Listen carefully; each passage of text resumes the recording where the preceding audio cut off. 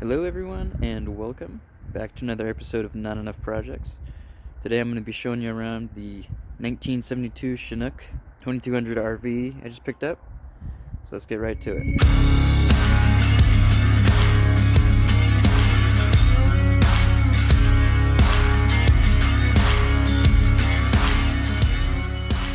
So honestly, we weren't even really in the market for an RV, but this popped up. It was too good of a deal to pass up, so I mean, including towing and everything, getting over here, it's a little over $200 for a complete RV that's clean, rust-wise, definitely not clean, cleanliness-wise, but definitely couldn't pass that up.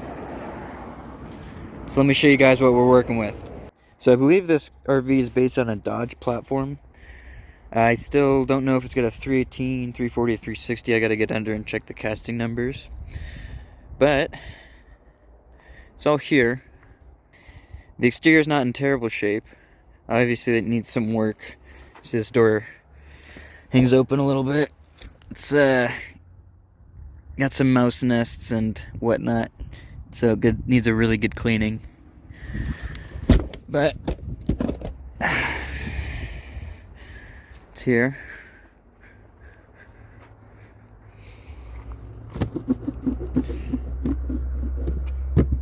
Kind of an interesting design. There's no driver's door. The only door is the main side door that you actually enter the RV through. Let's take you guys in there real quick.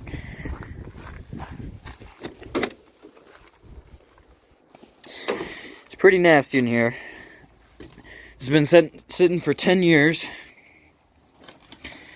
Before that, an older lady was living in this. It's not horrible, but just from sitting, mice have made a home in here. You can see our friend there. There's mouse poop everywhere. All the appliances are still here. Who knows if they work. But got a nice little propane stove, propane fridge, spare tire, which is actually in really great shape. Show you inside the fridge. Surprisingly, it's not as disgusting as I was thinking it was going to be. Obviously it's dirty, but it's not in that rough of shape. So that'd be nice if that works.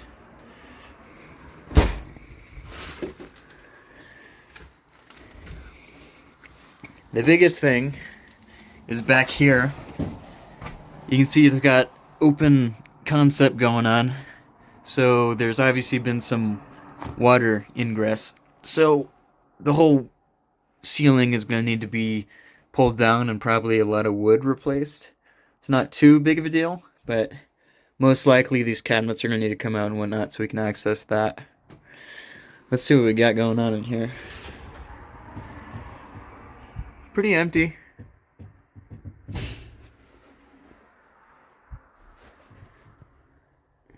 There's more mouse crap. Looks like some birds made a nest in here. The wind's blowing the door around. So this is where I believe the bed would be. I think originally it had 2 single beds on each side and a table that went in between.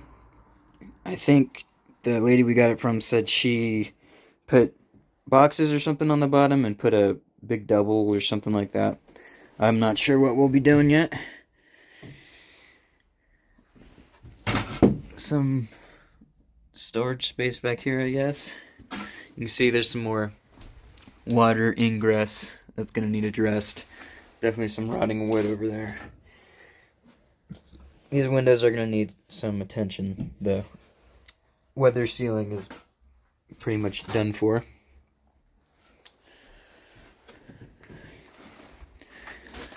The other vent over here is also missing its glass, although the wood is in much better shape. It's not actually rotten. It's wet, but we'll see what needs done there.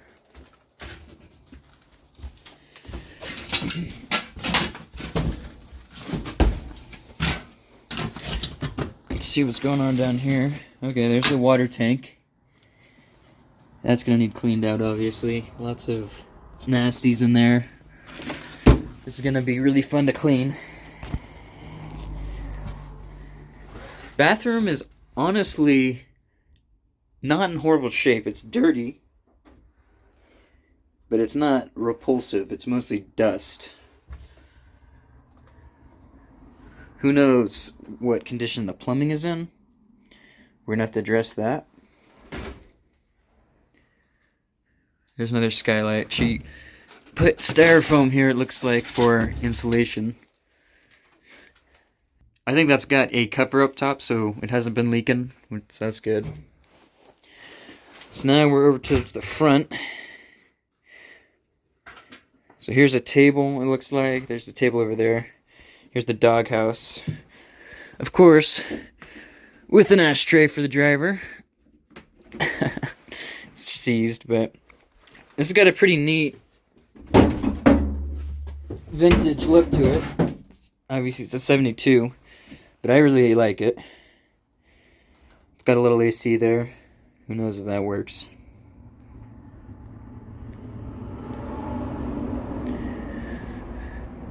This front is all fiberglass. And here's the power plant. So, it's got a 2-barrel carb on it. Like I said, I don't know for sure what engine it is exactly. I'm going to do some digging here in just a second. But regardless, it shouldn't take too much to get running. She said she parked it 10 years ago because it was plugging up fuel filters because the gas tank is full of varnish. So we'll have to see on that.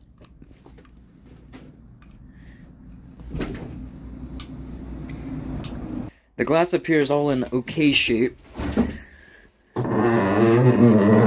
Ooh. Looks like we got some rock chips and stuff, but nothing to be concerned about. I'm sure this glass is unobtainium.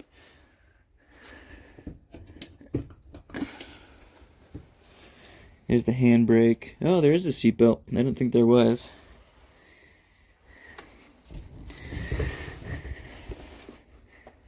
Steering wheel's kind of funny. It's like an old bus steering wheel with how almost horizontal it is. Yeah, this dash is super cool. Looks like it's got some kind of aftermarket thermometer or something on here. I don't know exactly. Oh, interesting. It's a indoor-outdoor thermometer. I don't know how that works. There must be some kind of probe, but it's all analog. That's kind of interesting. Looks like it's broken, though, because all the alcohol or whatever's in there is gone. So, it's kind of a neat thing.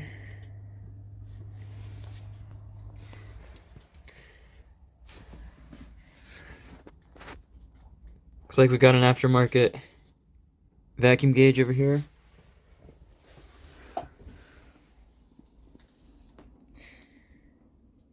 So yeah, I'm going to do some digging, take a look at this engine, and try to figure out what we're working with. Alright, here I am under the RV. Here's the casting number. It's not going to show up very well, I don't think, but sure enough, it is a 318. Doesn't look too bad under here, honestly. Looks like it's got a newer alternator. Motor mounts are shot, so we're going to ignore that. Fuel pump looks new. We're going to want to disconnect probably the feed line on that before we get the engine running. Honestly, it's not too greasy or anything under here. A little bit, but, you know, not more than you would expect. Rust-wise, it's very clean. Hardly any rust. Just surface rust, really. As for the transmission, I'm guessing it's a 727, so that'd be, I believe, a 3-speed, no overdrive. But I will take a look at that real quick and see what I can see. Sure enough, going off the shape of the oil pan, it is a 727, as you would expect.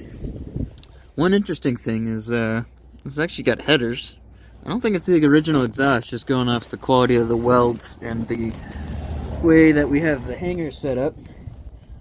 I think it might have glass packs on it, weirdly enough. So, we'll have to see how that sounds. But, looking under here, it's equally as clean as the front side. No frame rut at all. You see the drive shaft still disconnected from when it was towed. I gotta get that back up in there, no big deal.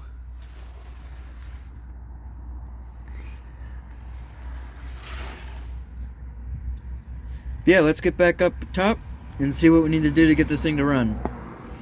Okay, so here we are in, I guess, what you could call the hood or access covers to get to the front of the engine. Kind of got some funky stuff going on here. I don't know if all this random wiring is original. I would guess not, but you never know, I guess. But this is where the battery tray is. Here's the positive terminal. Let's see.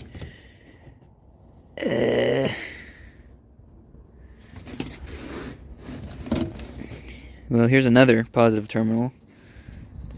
I don't know if the color was just changed out at some point or if it's actually a dual battery setup. Let's get the other cover open.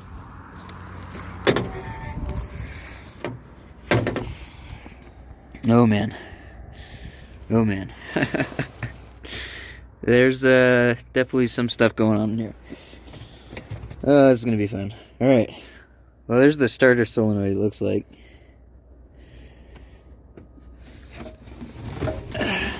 Here's a battery terminal, another red one, of course.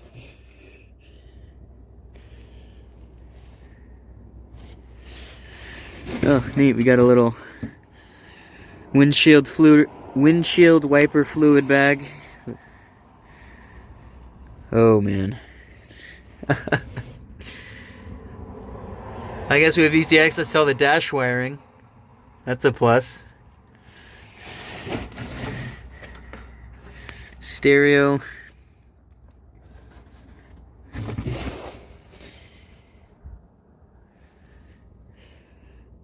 Oh boy. Okay. Looks like some of this is redundant.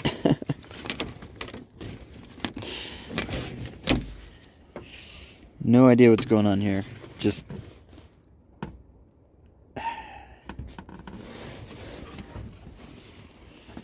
some more cut wires.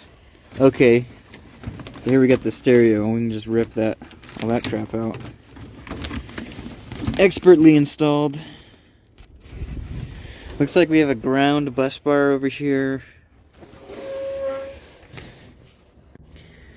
Okay, so it looks like these wires, these terminals are bonded to the metal frame. This battery tray, I guess you could call it.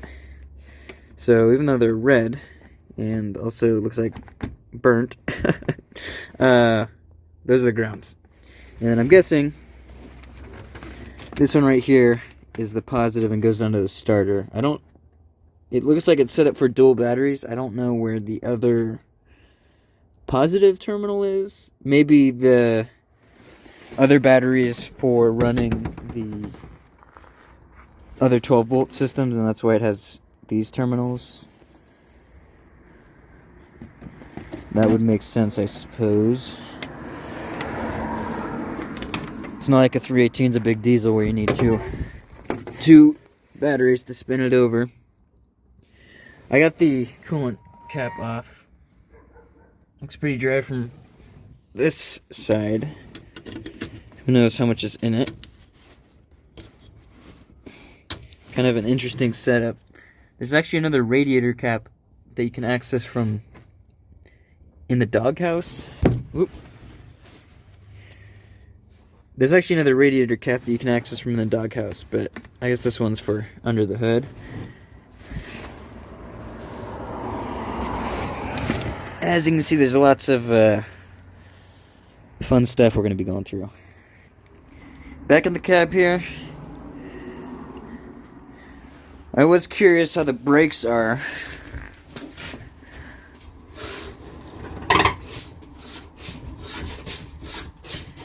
Looks like not great.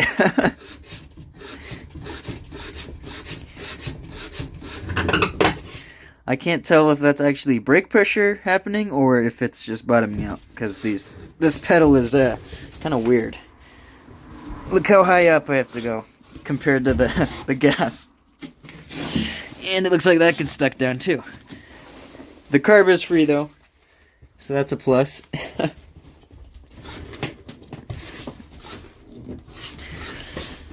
I guess we can check the fluid reservoir and see how that's looking.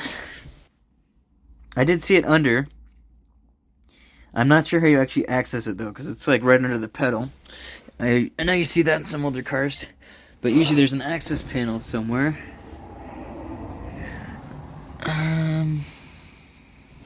It is a vacuum assisted brake. There was a big drum I could see.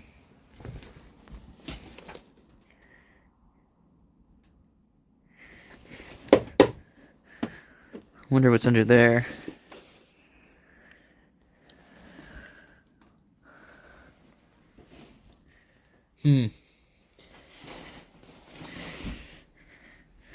Looks like the cap for the trans dipstick is broken off. That's not a huge deal. We'll want to pull that out and see what kind of fluid we got going on in there.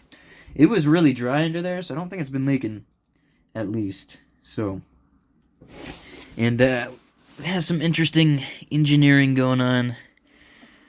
The kickdown linkage here, I think it's being activated by some twisted wire. That's pretty awesome.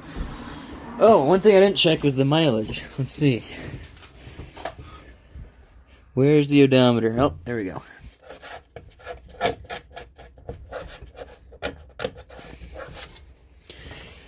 Okay. Kind of awkward positioning. Looks like 83,893 or so. Which, I doubt it's ticked over. That's probably original miles. Pedals don't look crazy worn or anything, and I mean, usually these don't get driven a whole ton. They're usually parked most of their life, so it's not uncommon for them to be pretty low mileage. And based on how clean the underside is with oil leaks and whatnot, I think it's probably 83,000. Although it's definitely been well lived in. You gotta love the green, different green shades shag carpet. So I guess from here we'll try to get the engine running. First things first, we're gonna have to figure out the wiring. Maybe just chance it, hook a jump pack to the starter terminal and see what happens. See if it has a huge draw or whatnot.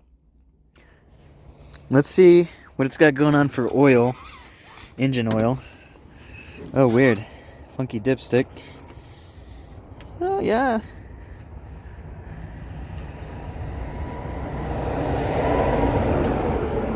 Looks like it's way over full, so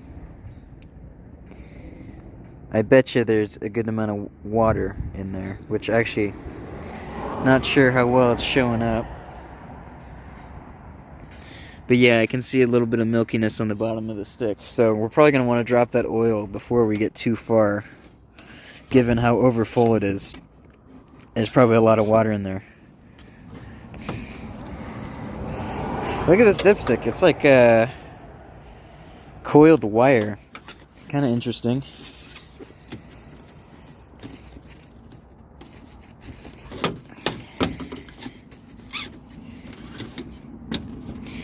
Well, I was kind of hoping to get it driving and then bring it over kind of towards where my shop is, but I think we might be towing it over there with the truck. We'll have to see.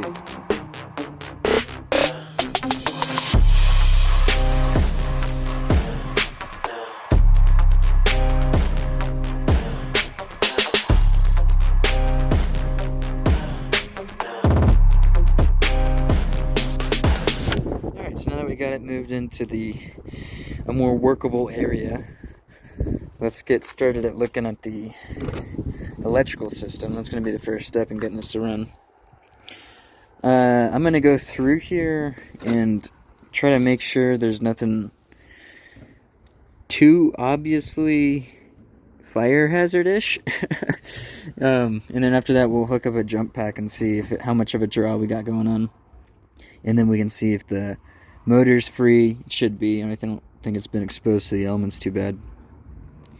And then go from there. With the oil level being so high, that's kind of suspect. Leads me to believe that there's probably water or something that's down in there. Hopefully it's just over full, but I think it'd be pretty hard to overfill that much. So once we get the electrical figured out, make sure the engine spins and all, we can do an oil change just to be safe, and then check for spark, get it running. So once we get the electrical sorted out, we'll drop the oil, make sure everything's good there. Probably put a new filter in, because why not? It's only a couple bucks. Check for spark, and then we can go from there. Okay, I've got a wrench on the front of the power steering pulley. I'm going to see if we can get the engine to turn over. And I'm going to try to do a couple revolutions just to make sure all the valves are free. And then we're not going to have any problem spinning this over with the starter.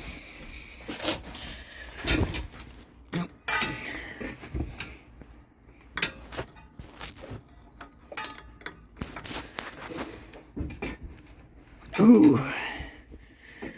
She might have a little bit of a rust ridge or something. Let me see if I can get in a better position. Alright, here we go.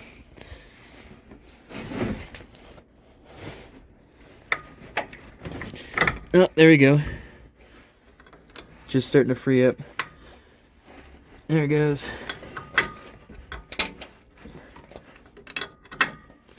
Oop.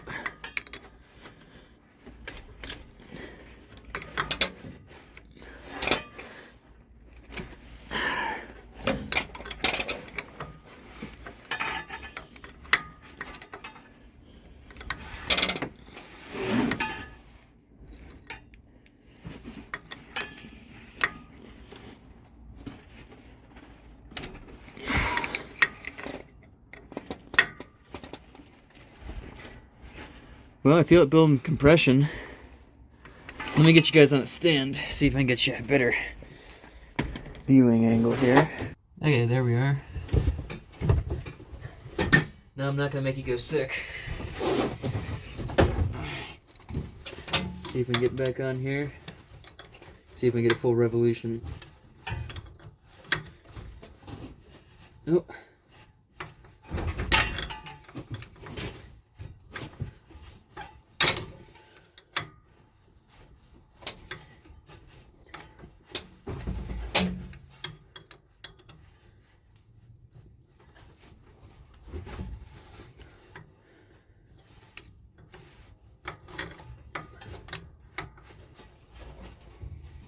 See, it's definitely building compression. That's a good sign.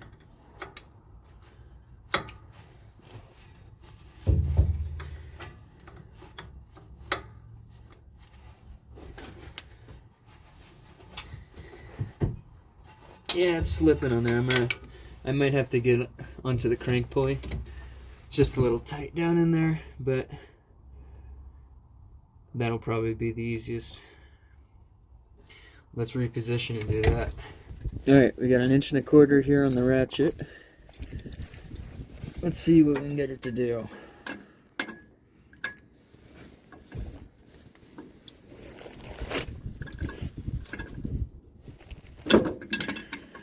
Try popping this extension off.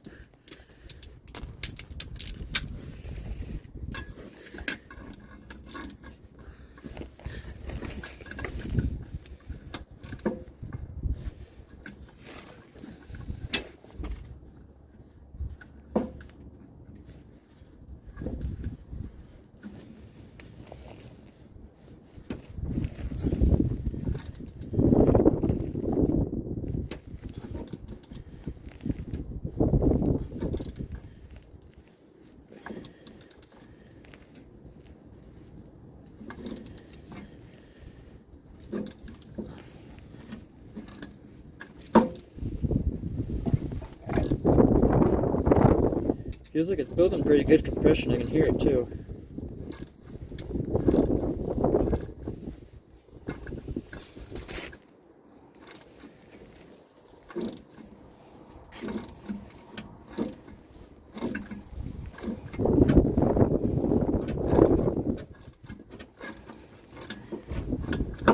Alright. Did at least a couple full revolutions, so at this point I'm confident we're not going to hurt it spinning it over at the starter. So let's turn back to the electrical system, get a battery in, spark going, and then we just got to drop the oil. Should be good to fire it off. You know what, first things first, I think I'm going to give this thing a quick vacuuming with the shop vac, because it's pretty nasty in here. Well, I'm going through here with the shop vac. Found another little furry friend who met his demise in here. So we'll keep cleaning out. It's cleaning up okay. We'll just keep on vacuuming. Alright, well, we got it at least a little bit less disgusting in here. The battery tray's a little bit rusty, as you would expect. I've yanked out most of the, well, looks like I lied. I've been yanking out most of the loose wires I can find, because there's a lot of them that connect to nothing, which is fun. So I'm going to keep doing that, and once, oh boy, ooh. I'm going to keep yanking on these wires, and once I have it cleared out enough that it probably won't burn down when I hook the battery in, I'll bring you guys back and we can look at putting the jump pack on it. Alright, well, we got the jump pack positive hooked up. Now we're going to try the negative, see if we got much of a draw. Well, it's not drawing anything. That's a good sign, at least, I guess. Okay. I guess we'll go in and try to crank it over, see if the solenoid actually works. So there's a starter solenoid down here, but as far as I can tell, it's not connected to anything. So we're going to need to be looking into that. There might be another solenoid somewhere, but let's just try turning the key and see what happens. Okay, here we are inside. Let's try turning the key on. Nothing. Nothing at all. Interesting.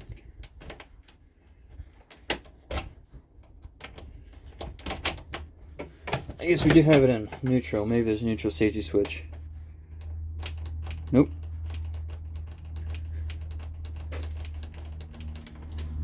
Okay. Well, I'll do some tracing on the wires. See what goes to the starter and try to figure out what's going on there. Looks like the starter solenoid might be completely disconnected, but we'll see. I'll bring you guys back when I know. Okay, did a little bit of tracing here. So that positive cable we were hooking onto comes in over here,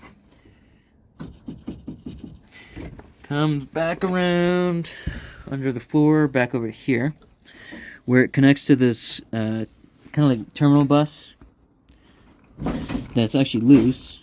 And then also off of that is the starter positive.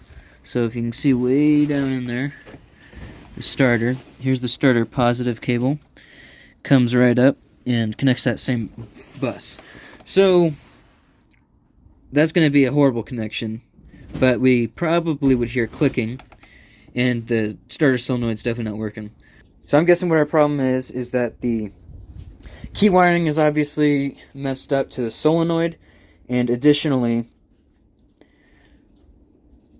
the ground wires that the solenoid is supposed to interrupt in order to start, the ground wires that the starter solenoid is supposed to switch in order to turn the starter over are not hooked up. So we're going to go figure out what needs to be done there, and I'll come back to you then. Alright, looks like I found part of our problem here. So as you can see, I have the ground of the jumper pack connected to the mounting point of the starter solenoid. And if I tap the positive to the terminals on the solenoid, it does activate them.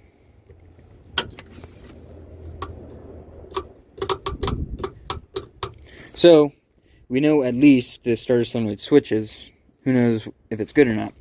But part of the problem is if I connect our ground cable from the jumper pack to the actual ground terminal, And try that same thing again. Nothing happens. So part of the problem is that our ground connection over here is just too trash. Alright guys, made a little bit of progress. So I hooked the ground just straight up to the ground of the starter solenoid under the access panels in the front, and the positive just up to the positive cable. And now with the key, you can hear the starter clicks. Now it's not actually turning over because all the connections in between are very corroded. So I think now we can just clean those connections up and make sure everything spins over. Now we'll also need to check for power to the coil, into the points and whatnot, in order to make sure that we're actually going to get spark. But actually getting the starter to click now is some decent progress. Oh, and check out what I just found. I didn't realize this, but here is the identification tag. As you can see, it was built by Chrysler. It's got a 456 rear axle. That's pretty low. We'll see how that goes. It's got the 318 3-speed auto with the A727, which we already knew the engine and the transmission from just looking, but definitely good to get some cross-reference on that.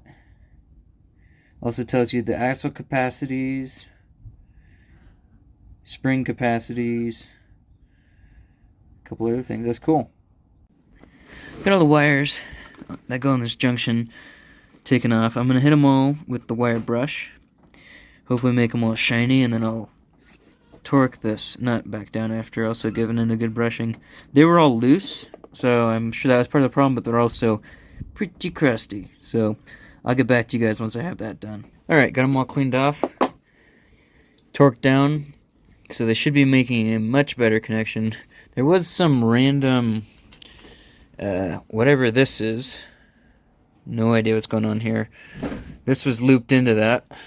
I don't think it was even connected to anything, so yeah, I just yanked that out. And this black wire screws onto the center terminal over here. No idea.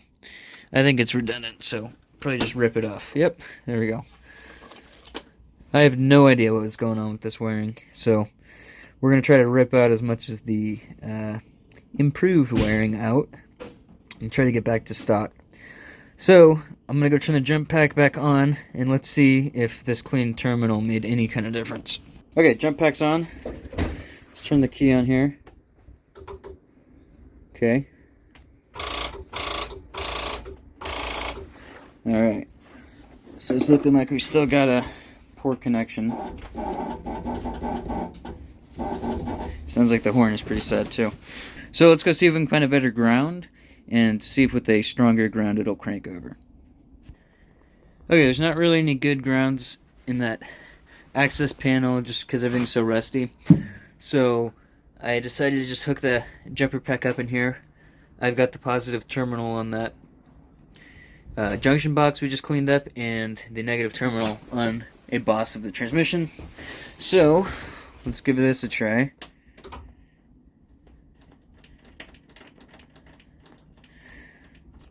Okay, so it looks like we don't have a good ground, so we can try grounding, maybe just straight to the alternator, and see how that does.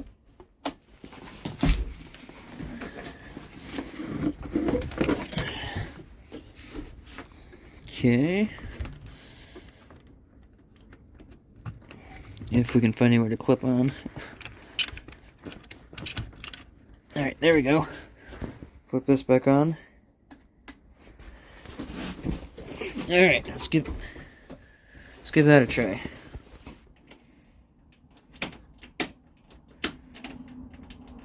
Let's try fiddling with the terminals a little bit here. Oh yeah, there we go. Looks like it's not making a super great connection on the positive.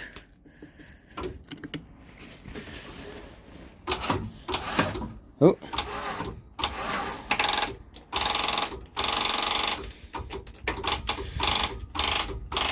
Let's turn it over a little bit. Positive connection is still suboptimal. Let's turn that off. See. Maybe if we hit it. Okay, now what I'm trying is I hooked the positive terminal up to the alternator positive terminal. So now let's see what happens.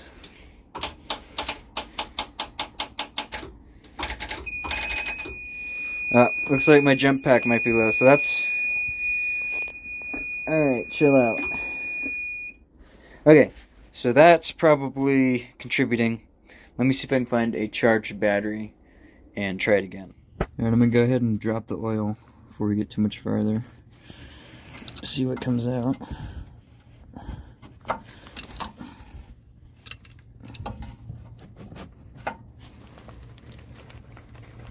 Ooh. Let me get that loose real quick. Alright, I swapped over to a socket because that sucker's tight. So, let's see if we can get it now. Nope, I'm gonna need to. Okay.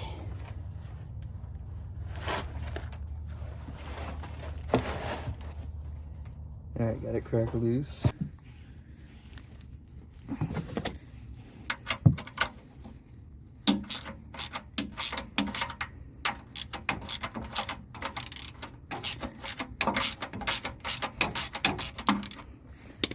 There we go. See if I can get oil over myself. Oh yeah, definitely water. Hopefully not coolant.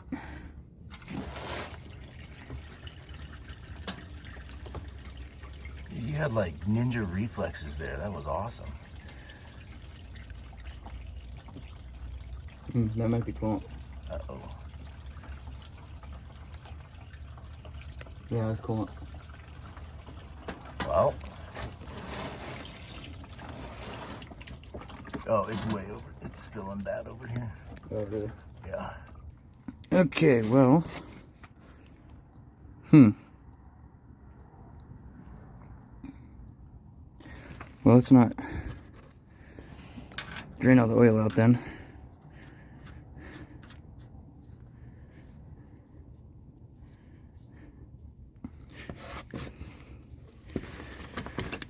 Now we got most of the coolant out, we can run it on whatever this is, because who knows if it's actually a good motor now. Hopefully it's just an intake gasket or something. But you never know. Could be head gaskets.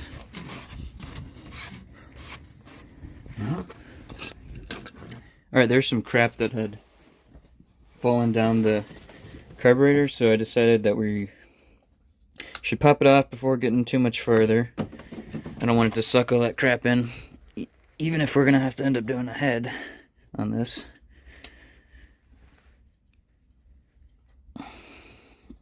This fuel line's pretty petrified. It might be... Oh, maybe it's gone. Yeah, there it goes.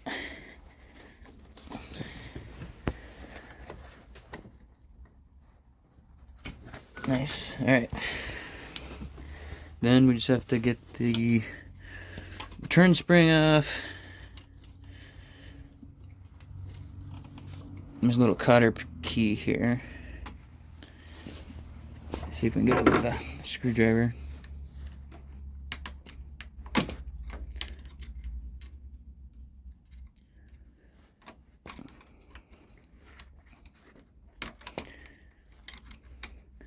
There it goes.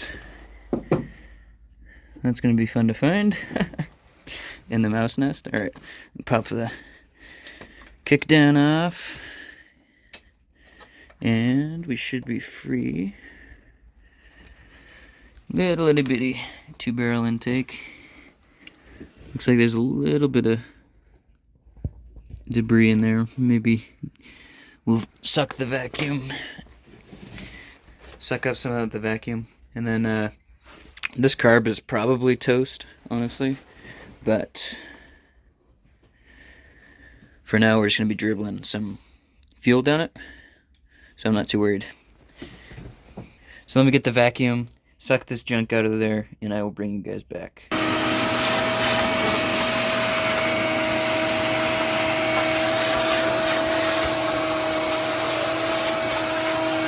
Alright, got all the junk sucked out of the intake and carb, and also cleaned up a little bit of the mouse nest and whatnot that was up here. So now we're going to try to dribble some gas down and start it. I'm using 2-stroke mix because it's got a little bit of oil in there. Hopefully lubricate the cylinders since it's been sitting so long. Alright, we're going to try to get it to run long enough that we can drive it up and down just a little bit. And before we run it too much longer, I want to get some coolant in it just to be safe. Even though we're going to have to be draining it here soon to address the coolant oil mixing issue, whether it's a head gasket or timing cover gasket or intake gasket. We don't know yet. We still need to do a leak down test. But since it's still freezing here at night, I'm going to be putting some antifreeze in it, even though I'd rather not because it's expensive. But we're going to do it anyways. So I'll get that filled up as much as I can and get back to you guys. Alright, got it full of some used coolant I had laying around, since we're going to be draining it here soon anyways. For the fuel system, since the fuel pump doesn't seem to be working, or at least the tank is dry, not that we would run it off that gas in the tank anyways, I just hooked up this fuel hose, and we're going to try just bottle feeding it from up here. I think that should be enough pressure to keep the bowl full, and while I was filling it from the vent tube, it seemed to actually be idling just fine, so we're going to give that a try. This carb may still need a rebuild. It looked like it was leaking from some of the gaskets, but I know that some of these 2-barrel carbs are so cheap to get a new one.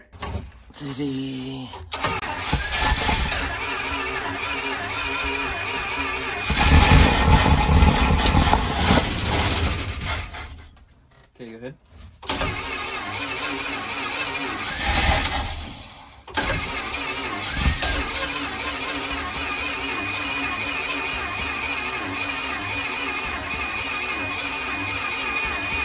Probably flooded it. Let me see if I can fill the bowl up.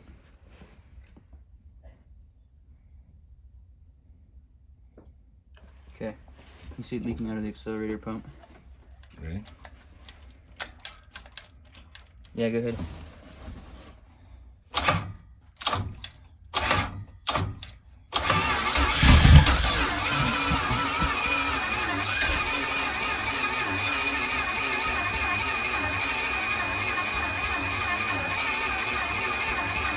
Stop. Yeah, they're fine. 1.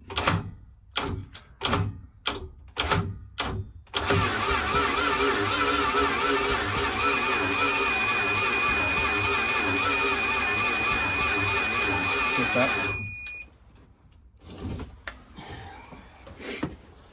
Just a little bit more. Okay, go ahead.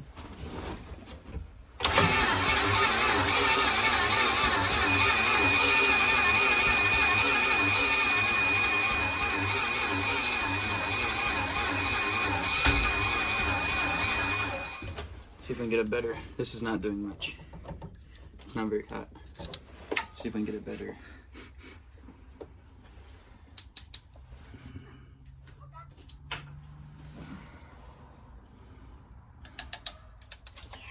Accelerator pump is done for, it looks like. Okay, here we go. Whoa! It's on fire. Alright. There's more fire. Okay, let's do it again.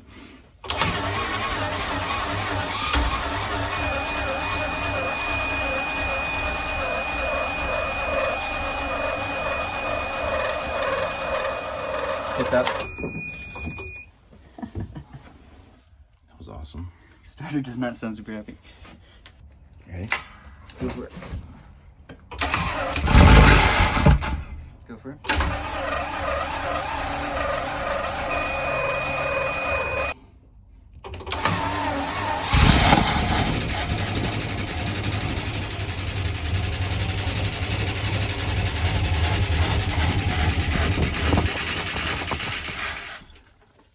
Okay, go ahead. Oh wait, the accelerator pump's starting to work. Nice. Let me fill the pull up. Okay, go ahead.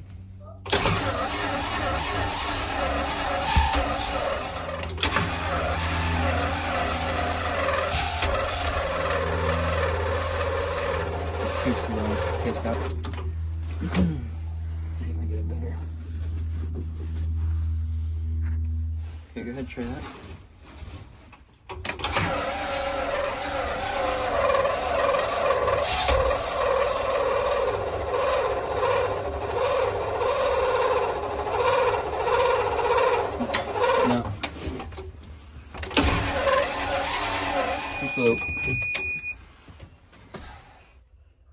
Yeah, so we'll have to figure out another battery or try to get a better connection with this battery, and then we can start her up again. Ready? Yeah.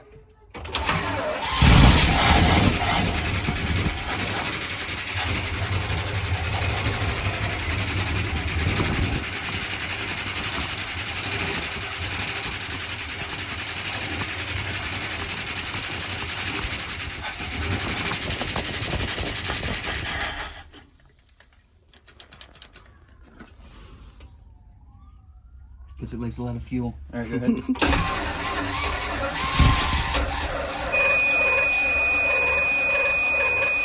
What's that? Yep.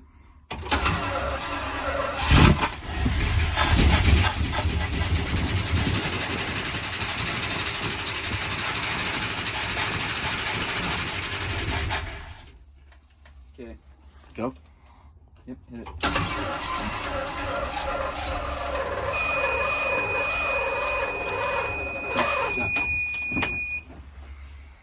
It likes the fuel.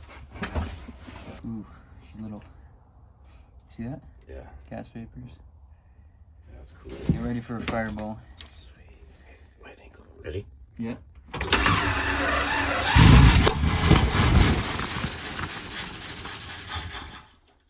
Okay, Go. one more.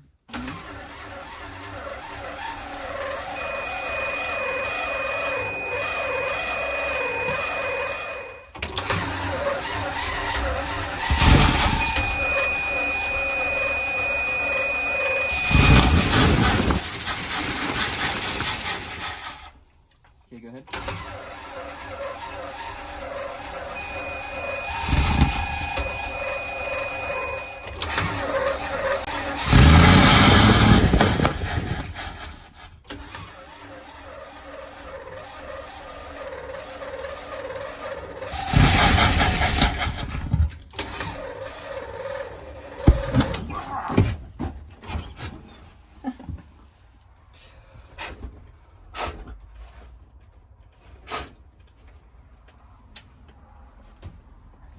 Yeah, the carb's a little, you know, she needs some work.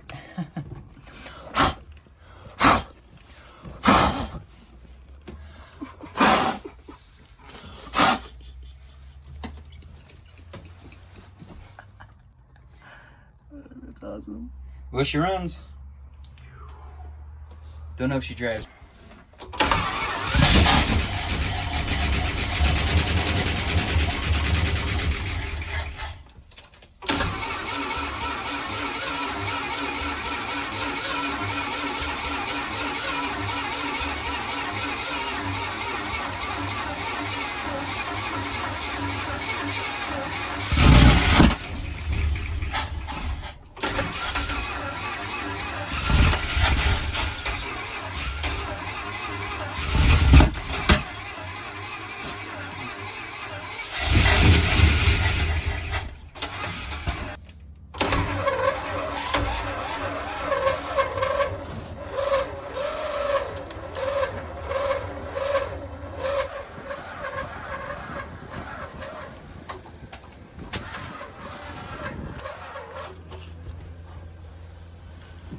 Still pretty slow. We can try.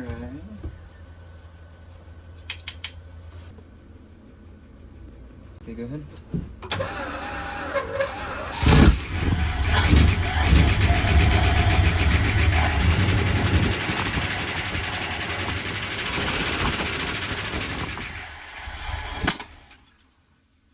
Go. Okay, go ahead.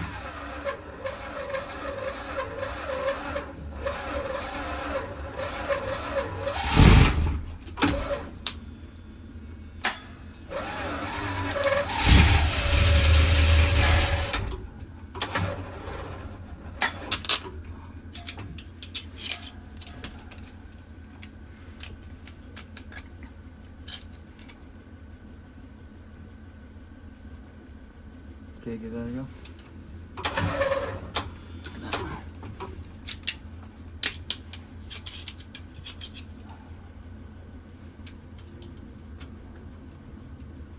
Okay, give that a go.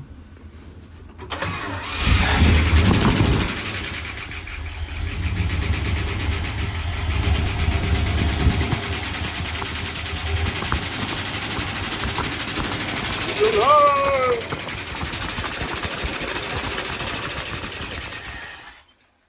more.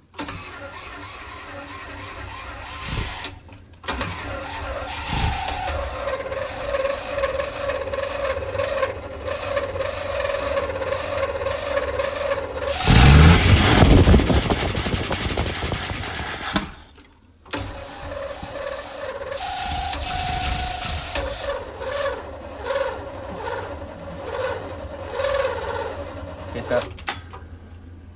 Ooh, yeah, didn't work. Ran for a little bit there.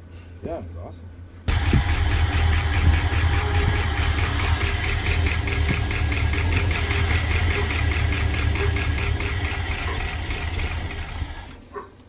Seemed to run pretty smooth. I didn't feel like it was missing really badly or anything. So I think we'll do a leak down test, see if the head gasket's bad. If not, we probably will be doing intake gasket.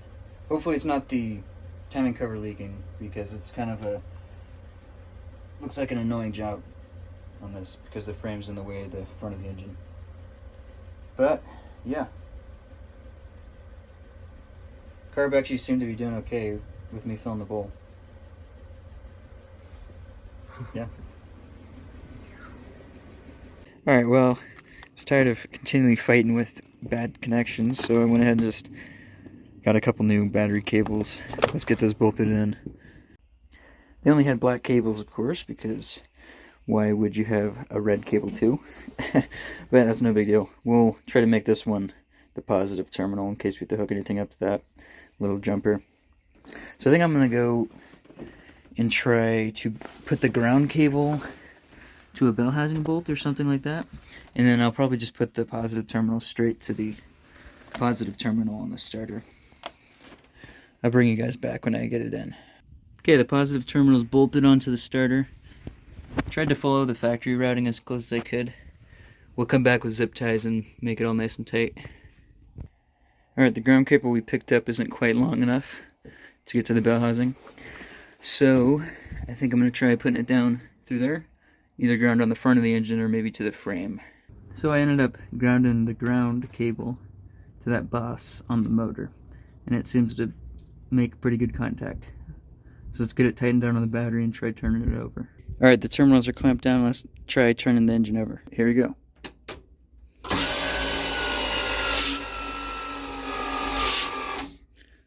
Well, that's quite a bit better.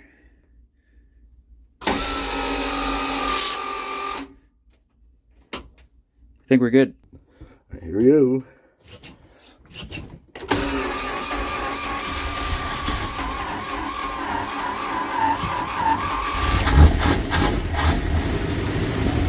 Alright, ready?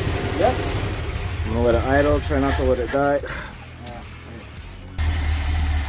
Guess we're just gonna put it into drive and see what happens. Yeah, put the brake in and see if that'll hold it.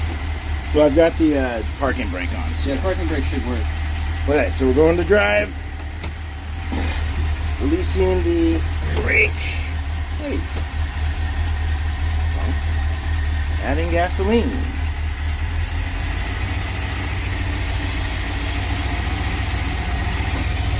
Here we go.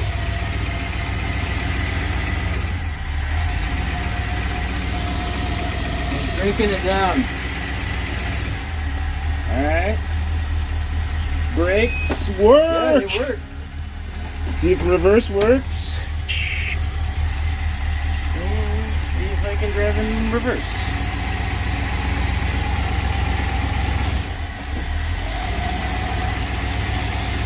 Power steering work? Yeah. Yeah, the power steering definitely works.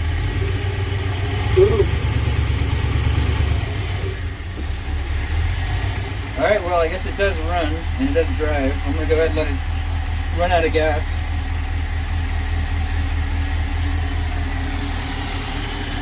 Well, it seems to actually run really well. I think next episode we're going to be doing a leak down test on it. Try to figure out where the coolant is getting into the oil. It's probably either head gasket, intake gasket, or maybe a timing cover gasket that failed. But I think we're going to call it there. we can say it successfully drove under its own power after sitting for a decade. So yeah, thanks for watching. I hope you guys enjoyed, and I will see you next time. It's over. Alright, there's more fire.